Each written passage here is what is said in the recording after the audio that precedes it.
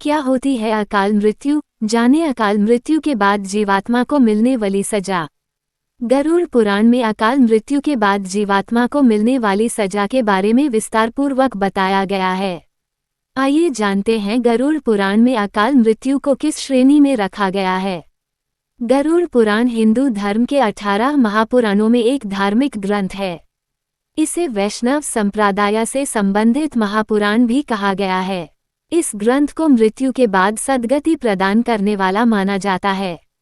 गरुड़ पुराण ग्रंथ में भगवान विष्णु और पक्षीराज गरुड़ के बीच हुई बातचीत में जीवन मृत्यु, स्वर्ग नरक और मृत्यु के बाद आत्मा के बारे में विस्तारपूर्वक बताया गया है। गरुड़ पुराण में बताया गया है कि मृत्युकाल यानी जब मृत्यु का समय निकट आता है, तब जीवात्मा से प्राण और देह का वियोग होता है। इसमें बताया गया है कि हर एक मनुष्य के जन्म और मृत्यु का समय निश्चित होता है, जिसे पूरा करने के बाद वह मोक्ष को प्राप्त करता है। लेकिन प्रश्न यह है कि यदि किसी की अकाल मृत्यु हो जाती है तो ऐसे में उस जीवात्मा का क्या होता है। आइए जानते हैं गरुड़ पुराण के अनुसार क्या है अकाल मृत्यु और इसकी सजा। मृत्यु और अकाल मृत्यु में अंतर। गरुड़ पुराण के अनुसार किसी व्यक्ति के जीवन के 7 चक्र निश्चित होते हैं।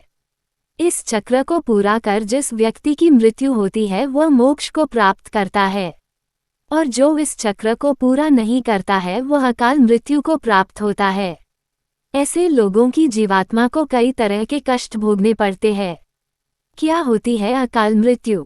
अकाल मृत्यु से मिलने वाले दंड से पहले ये जानना जरूरी है कि गरुड़ पुराण में किस मृत्यु को अकाल मृत्यु की श्रेणी में रखा गया है। गरुड़ पुराण के सिंहावलोकन अध्याय में बताया गया है कि अगर किसी की मृत्यु भूख से पीड़ित होकर, हिंसक प्राणी द्वारा फांसी लगाकर, जहर पीकर, आग से जलने, जल में डूबने, सांप के काटने, किसी दुर्घटना के कारण या फिर आत्महत्या करने से होती है तो वह अकाल मृत्यु को प्राप्त हो जाता है। इन सभी मृत्यु में गरुड़ पुराण में आत्महत्या को सबसे घृणित और निंदनीय अकाल मृत्यु बताया गया है। आत्महत्या को भगवान विष्णु ने परमात्मा का अपमान करने के बराबर बताया गया है। कैसे होती है अकाल मृत्यु? कुछ लोग स्वयं आत्महत्या कर अकाल मृत्यु को प्राप्त होते हैं, तो वहीं कुछ दुर्घटना आदि का शिकार हो जाते हैं। इसे लेकर प्राचीन वेद पुराणों में बताया गया है कि व्यक्ति 100 वर्ष तक जीवित रह सकता है, लेकिन जो लोग निंदित कर्म करते हैं वे शीघ्र ही विनष्ट हो जाते हैं। जीवन में किए कई महादोषों के कारण व्यक्ति की आयु क्षीण हो जाती है और वे अकाल मृत्यु को प्राप्त होते हैं। ऐसे लोगों की जीवात्मा निश्चित समय से पहले यमलोक जाती है।